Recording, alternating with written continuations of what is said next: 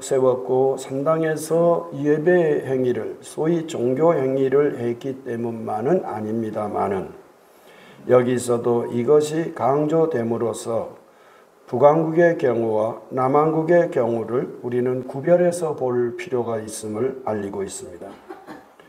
성도님들, 도대체 산당이 무엇이길래 선택된 민족인 이스라엘의 운명까지 좌우되는 것일까요? 오늘 우리는 그 내용을 몇 가지로 정리할 수 있습니다. 첫째, 높은 곳이 산당입니다. 산당은 이스라엘 말로는 바마라고 하는데 그 뜻은 높은 곳이라는 기본적인 의미를 지닙니다.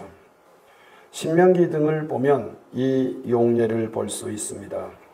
신명기 32장 13절 여호와께서 그 땅에 높은 곳을 타고 다니게 하시며 라고 말할 때 이 높은 곳이라는 말을 이스라엘 말로는 바마라고 되어 있습니다. 이사야서 58장 14절도 내가 여호와 안에서 즐거움을 얻을 것이라 내가 너를 땅의 높은 곳에 올리고 라고 말할 때 높은 곳이 바로 산당이라는 의미를 지닌 그 단어가 사용되고 있습니다. 그리고 가나안 원주민들은 그 높은 곳에서 즉 산당에서 하늘의 신을 섬겼던 것입니다. 즉 산당은 민간신앙의 터전이었다는 뜻이 되겠습니다. 솔로몬 왕조차도 이곳에서 제사를 드릴 정도로 산당에서 행하는 원주민 신앙이 이스라엘 신앙에 스며든 경우였고 이는 두고두고 이스라엘에게 고질이 되었던 것이 바로 이 산당이라고 할 수 있겠습니다. 이는 주술종교 혹은 기복신앙의 진원지였고 하나님께서는 곳곳에서 이 자리와 그 내용을 벗어나도록 경계의 말씀을 주셨습니다. 예언자들이 바로 거기에 쓰임받은 주의 사람들이었는데 오늘의 말씀 열왕기하 23장의 말씀은 이런 경계의 결과물이라고 할 수 있겠습니다. 이사야도 15장 2절 그들은 바잇과 디본 산당에 올라가서 울며라고 경고하고 예레미야도 17장 3절에 들에 있는 나의 산아 내 영혼의 죄로 말미암아 내가 내 재산과 내 모든 보물과 산당들로 노력을 당하게 하며 라고 경계합니다. 이스라엘은 여호와 하나님의 경륜보다는 눈앞의 처방에 연연하는 기복적 신앙에서 벗어나지 못함으로써 나라의 문까지 닫게 되었던 것입니다. 히스기야나 요시야 왕은 이 끈질긴 유혹에서 벗어난 신앙의 용사들이었고 이스라엘이 그 함정에서 벗어나는 일에 크게 공헌한 하나님의 종들이었습니다. 둘째, 우리도 높은 곳을 바라보고 있습니다. 저는 어느 사회나 산당이 있다고 생각합니다. 구약시대에 이스라엘을 괴롭히고 이스라엘을 멸망의 길로 몰아간 그런 산당이 그 당시만 있었던 것은 아니고 저는 생각해 보면 그 의미를 따르면 언제 어디서고 산당은 있다고 믿습니다. 왜냐하면 산당은 높은 곳에 있는 까닭입니다. 어느 때고 높은 곳은 우리 선망의 대상이 되기 때문입니다. 사람들은 이렇게 선망하며 높은 곳을 바라보고 살아가게 마련입니다. 즉 오늘 성경의 산당 바마는 이렇게 현대판 버전이 되어 우리들 곁에 존재하고 있다는 점입니다. 산당은 일부 순기능도 있을 것 같습니다. 왜냐하면 우리를 종교적으로 만들기 때문입니다. 그러나 역기능을 할 때가 훨씬 더 많고 성경은 이것을 여지없이 꼬집고 고발하고 있습니다. 히스기야, 요시야 그리고 예언자들은 이 역기능을 막아내는 하나님의 일꾼들이었습니다. 호세아 10장 8절 이스라엘의 죄 곧 아웬의 산당은 파괴되어 가시와 찔레가 그 제단 위에 날 것이니 그때에 그들이 산더러 우리를 가리라 할 것이요 작은 산더러 우리 위에 무너지리라 하리라고 경고합니다. 미가도 1장 5절에 이는 다 야곱의 허물로 말미암음이요 이스라엘 족속의 죄로 말미암음이라. 야곱의 허물이 무엇이냐? 사마리아가 아니냐? 유다의 산당이 무엇이냐? 예루살렘이 아니냐라고 또 경고합니다. 저는 최근 우리 사회에서 쓰이고 있는 말 하나를 들을 수 있었습니다. 교우 여러분들은 이미 아시는 것이겠지만 저는 정말 처음 듣는 구절이었습니다. 의치한 약수. 이게 무슨 말인지 기억하십니까? 의치한 약수. 이 말은 최근 입학 시즌을 맞으면서 서울대 등 소위 일부 대학들이 신입생을 채우지 못한 것을 지적하는 그런 기사 중에 나오는 말이었습니다. 아니, 소위 가고 싶은 대학들에 합격을 해놓고도 왜 등록을 하지 않음으로써 이들 학교들의 명예를 실추시키는가? 우리 궁금하잖아요. 그런데 그 기사에 의하면 이 이상한 일이 벌어진 것은 의치한 약수 때문이라는 것이었습니다. 그리고 가만히 헤아려 보니까 이 5개 음절로 된 이 말은 의대, 치대, 한의대, 약대, 수의대를 약칭하는 말이었던 것입니다.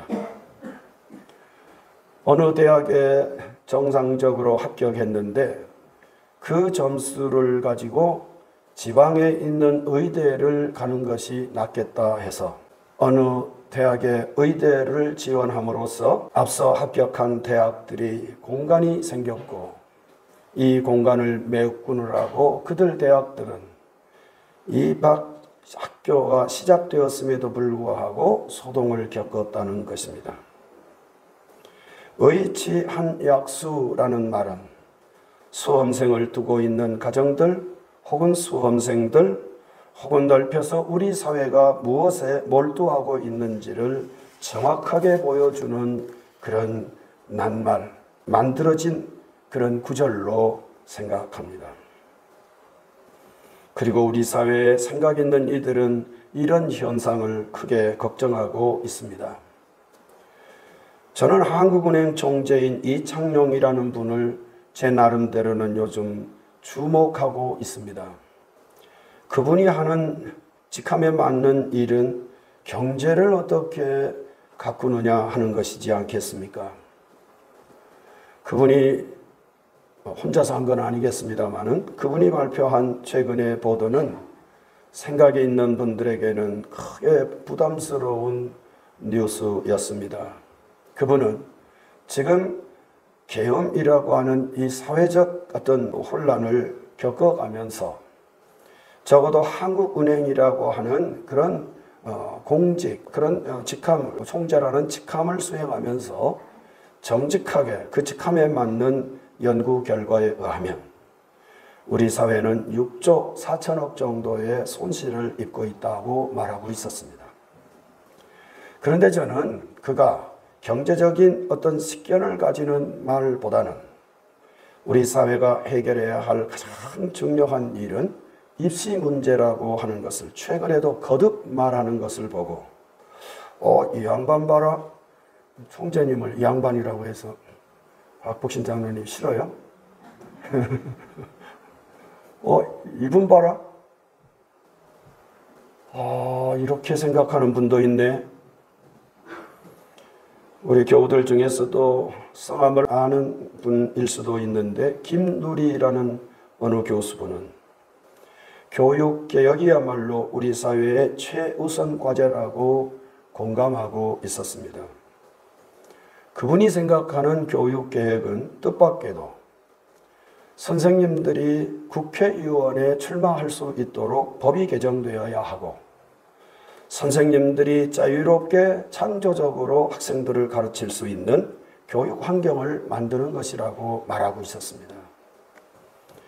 만약 유럽 사회가 우리보다 선진국이라고 한다면 정말 뜻밖에도 유럽 사회는 무려 10% 정도가 국회의원들의 각 나라의 상황은 다르겠죠.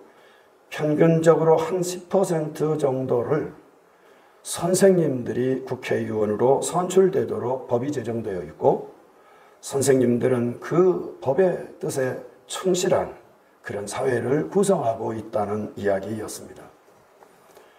우리 선생님들은 어떤 여러 이유가 있겠습니다만은 정치적 발언을 해서는 안 되고, 더구나 국회의원에 출마하는 이런 그 정치적 활동을 하는 일은 금지되어 있는 것으로 알고 있습니다. 성도님들, 우리 사회를 우리도 사회 속에 살아가는지라 우리는 깊은 생각이 우리를 붙잡았으면 좋겠습니다. 예수님은 제자들을 부르실 때 뭐라고 하셨습니까? 깊은 곳에 그물을 내리라고 하셨습니다. 고기 잡는 해법이 어디에 있다는 말이겠습니까? 깊은 곳이라는 것입니다. 깊이 생각하라는 말씀으로 우리는 새겨들어도 무방할 것입니다. 우리의 생각이 깊은 곳까지 이르는 성도 여러분이 되시기를 기원합니다. 자기 앞날을 위해 힘써 노력하는 일은 마땅하지만 극심한 경쟁과 공부의 편향성은 국가 공동체를 뿌리에서부터 좀먹는 해악임을 우리 사회가 놓치지 않아야 한다는 경종이라고 생각합니다. 국가사회를 향한 건강한 생각이 우리 그리스도인의 도리임을 기억하며 사순절기를 살아가는 것 우리의 일인 줄 믿으시기 바랍니다. 셋째, 십자가만이 진실로 높습니다. 예루살렘은 실제로 높은 곳에 자리 잡고 있습니다. 해발 800여 미터이니 그냥 하는 말이 아니겠지요. 시편 48편 2절, 터가 높고 아름다워 온 세계가 즐거워하며 큰 왕의 성 곧 북방에 있는 시온산이 그러하도다 라고 노래합니다. 앞서 본 미가 1장 5절은 대놓고 예루살렘이 산당이라 해서 높은 곳에 자리 잡은 도성임을 강조하고 있습니다. 그런데 놀랍게도 예수님은 그곳에서 십자가에 달리셨습니다. 이스라엘 사람들이 그렇게 선망에 맞지 않던 높은 곳 예루살렘에서 하나님의 아드님은 뜻밖에도 십자가에 달리셨습니다. 사람들은 높은 곳을 찾아 성공과 복과 번영을 갈구합니다. 그러다가 자칫 나중에는 높은 곳 자체가 복인 줄 아는 착시가 생기는데, 실은 이 지점에서 우리의 불안이 솟아납니다. 예루살렘은 이스라엘이 소망에 맞지 않는 자리입니다. 그리고 그들은 그런 복을 생각하면서 예루살렘을 향하여 올라갔고, 시편에는 성전에 올라가는 노래라고 하는 내용 시편들이 있을 정도입니다. 시편 122편 1절, 사람이 내게 말하기를 여호와의 집에 올라가자 할 때에 내가 기뻐하였도다 라고 말문을 열고, 125편 1절 2절, 여호와를 의지하는 자는 시온산이 흔들리지 아니하고 영원히 있음 같도다. 산들이 예루살렘을 두름과 같이 여호와께서 그의 백성을 지금부터 영원까지 두루시리로다 라고 노래합니다. 이렇게 예루살렘을 영원까지 연결지어 노래할 정도입니다. 예루살렘을 복 자체로 여길 정도로 생각하는 것을 이런 시편들은, 이런 말씀들은 여실히 보여줍니다. 성도님들, 우리는 따라서 여기서 놀라게 됩니다. 무엇 때문입니까? 예루살렘은 높은 곳에 자리 잡은 복된 처소입니다. 그런데 어떻다는 것입니까? 예루살렘 자체가 마치 하나님의 복 그 자체인 것처럼 되고 있다는 점입니다. 그리고 천만 뜻밖에도 하나님의 아드님이, 아니 하나님 자신이 그곳에서 못 박히셨다는 것입니다. 이런 모순이 어떻게 가능하다는 것일까요? 그리고 우리들은 높은 자리, 높은 직함이 그 이름 그대로 우리에게 복이 되는 건 아님을 깨닫게 되는 것입니다. 그리고 다시 헤아리게 됩니다. 무엇을 말입니까? 예루살렘 저 시온산이 가장 높은 것이 아니라 실상 높은 것이 있는데 어디일까요? 십자가 높이만큼 바로 그 자리가 가장 높은 자리임을 깨닫게 됩니다. 만약 시온산에 십자가가 꽂혔다면, 시온산이 해발 800m라고 한다면, 시온산은 800m이지만 산술적으로 헤아려서 십자가의 높이는 802m가 되는 것 아니냐는 것입니다. 십자가 높이만큼, 그만큼 그 자리가 높음으로써 우리의 구원은 어디서 온다? 예루살렘 시온산에서 오는 게 아니라 그 가장 높은 십자가 위에서만 오는 것임을 다시 한번 생각하는 것, 이 사순절에 우리가 기억할 내용임을 믿으시기 바랍니다.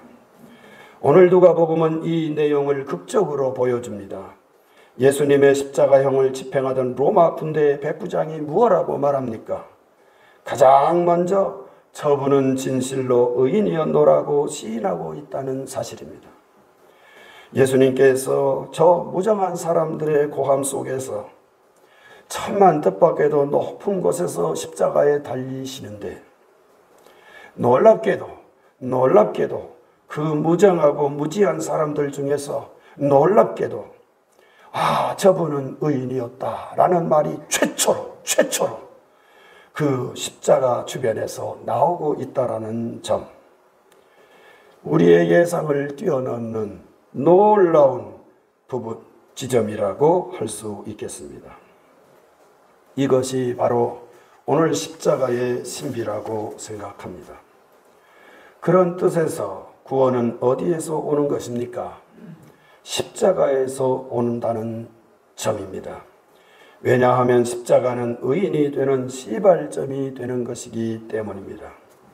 사람들은 죄인이라 생각하여 예수님을 매달았지만 놀랍게도 의인이라고 선포되는 장면은 바로 이 십자가가 꽂혀 있는 자리였다는 말입니다. 성도님들, 십자가는 의인의 처음임을 기억하시기 바랍니다. 이런 비밀한 내용을 헤아린 히브리서 저자는 따라서 무엇이라고 말합니까? 믿음의 주여 온전하게 하시는 이인 누구를 바라보자? 예수를 바라보자 했던 것입니다. 할렐루야.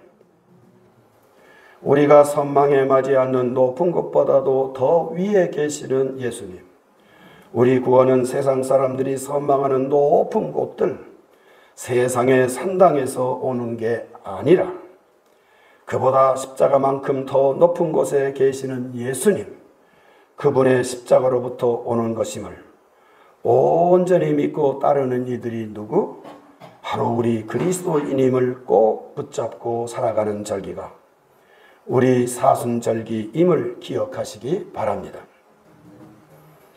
가까이 지내던 어느 목사님, 오래 사귀었으면 더 좋았을 것 같은 제 지인이 이제는 고인이 되어 떠나고 나니 그가 남긴 말이든지 그가 남긴 기록들이 더 새삼스럽게 와 닿는 것 같습니다.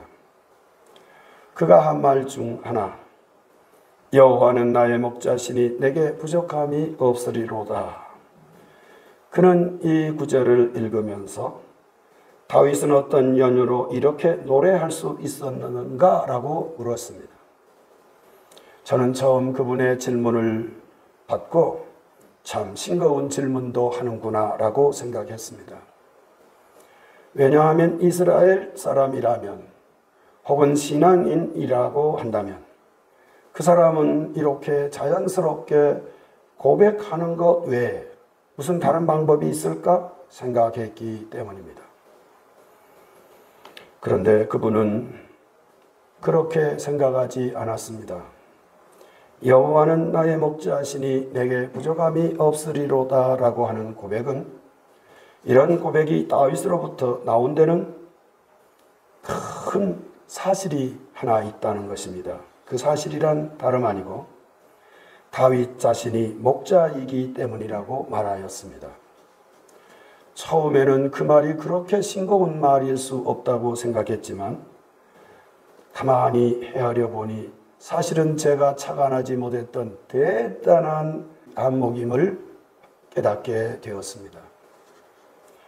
다윗이 자신이 목자이기 때문에 자신의 직업을 바탕으로 해서 하나님을 향한 자기의 실존을 그렇게 고백할 수 있었고 자기 신앙의 그 내용을 그렇게 그려낼 수 있었다는 것입니다.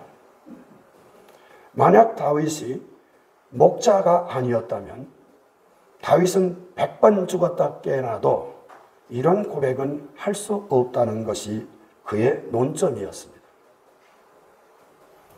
성도님들 기억하실지 모르겠습니다만은 우리도 이분과 비슷한 그런 접근을 했던 적이 있습니다. 하나님께서 사무엘을 통하여 이스라엘의 왕을 간택하실 때 이새의 집안을 찾으셨고 이새로 하여금 장남으로부터 한 사람씩 하나둘씩 소개하게 하는 장면을 우리가 읽은 적이 있습니다. 하나님께서는 외모를 취하지 않으시고 그 7을 다 거절하셨고 그리고 사무엘상 16장 11절 사무엘이 이새에게 이르되 내 아들들이 다 여기 있느냐? 이새가 이르되 아직 막내가 남았는데 그는 양을 지키나이다. 저도 무심히 이 구절을 읽었고 스쳐 지나겠습니다마는 그때는 저도 깜짝 놀라고 말았습니다. 7 아들을 다 제친 하나님께서는 누구를 이스라엘의 목자로 세우셨습니까? 지금 이 중요한 순간에 양을 지키는, 그래서 양을 지킨다라는 말은 사실에 대한 묘사잖아요. 형들이 그 중요한 자리에 초청받았으니 양들을 그냥 둘 수 없잖아요. 그러니까 막내를 그곳에 두었어요. 이건 사실이에요. 사실이잖아요. 그런데 성경은 이 사실만 전하려는 것이 아니고 이런 거를 중의법 그러잖아요. 같은 말을 하는데 그 말 속에 아주 뜻깊은 의미가 담기게 하는 거 있잖아요. 요 의미로 하나님께서는 성경 저자를 통해서 아주 상징적인 표현을 한 것입니다. 지금 누가 양을 지킵니까? 다윗이 양을 지키고 있습니다. 이건 사실이에요. 그런데 양을 지키는 사람만이, 지금 양을 지킬 수 있는 사람만이 이스라엘의 양을 지키는 그런 지도자가 된다는 말씀으로 우리는 새겨 들었던 것입니다. 그 목사님은 마치 우리가 이 구절을 읽듯이 다윗의 노래를 통해 이를 확인시키는 것이어서 저는 처음에는 무심히 듣다가 아멘, 아멘 이렇게 공감을 표할 수밖에 없었습니다. 하나님께서는 우리가 하는 일들을 통해 당신이 증거되기를 원하신다는 것으로 그는 이 고백을 연결하고 있었습니다. 아니나 다를까 서양 낱말 언어들에서는 calling, 이 부른다, 이 소명을 부른다는 의미로 calling도 그런 부른다는 의미로도 쓰지만 제가 아는 불어는 제가 모르니까 독일어까지는 이 부른다라는 것을 직업이라는 의미로 쓰더라는 점, 놀라운 사실입니다. 우리가 하는 직업은 그냥 하루하루 먹고 살기 위한, 나의 생계를 유지하기 위한 그런 하찮은 일이 아니라 적어도 서양 일부의 개혁신앙을 지닌 일부의 신앙인들의 눈에는 우리가 하는 일이 놀랍게도 하나님께서 우리를 부르시는 수단일 수 있음을, 그러니까 자기가 하는 일에 대해서 멀리 떨어지기를 바라거나 내가 하는 일은 정말 하찮고 하찮은 일이라고 생각하는 사람은 적어도 그런 사람은 하나님께서 자기를 부르신다는 이 소명의 소리를 들을 기회를 원천적으로 상실하게 된다는 것, 이것을 그분은 일깨워주고 있었습니다. 그렇게 생각한다면 특정 직종만이 아니라 이 땅에서 우리가 감당하는 여러 종류의 일들 혹은 직업들, 자리들을 통해 하나님께서는 구원을 베푸신다는 것, 이것을 깨닫도록 그는 이끌어 가고 있었습니다. 성도 여러분, 가장 높은 자리는 십자가구나. 우리 사람들이 선망하는 높은 곳, 그 산당, 바마, 복 받기를 원하는 그 내용, 그 가장 높은 것은 사실은 다른 것이 아니고 십자가임과 아울러 우리가 하는 일들을 주님의 마음으로 돌볼 줄 알아야 한다는 것, 이것이 사순절기에 산당에 대한 경고의 말씀을 통해 우리가 기억할 소중한 내용이라고 믿습니다. 이런 마음으로 성도 여러분, 십자가를 바라보면서 우리의 하는 일들을 품는 귀한 성도로 살아가시기를 예수님의 이름으로, 십자가의 이름으로 축복하며 기원합니다. 주님의 은혜가 함께 하실 줄 믿습니다. 거룩하신 하나님, 주술적 신앙에서 벗어나게 하시고 우리에게 예수님 십자가 신앙으로 주님을 높일 줄 아는 그런 주님의 남성, 여성으로, 주님의 자녀로, 주님의 사람들로 살아가게 하옵소서. 또 한 주간의 삶을 성령 하나님 이렇게 주장하시고 인도해 주시옵소서. 우리 주 예수 그리스도의 이름으로 기도하옵나이다. 아멘.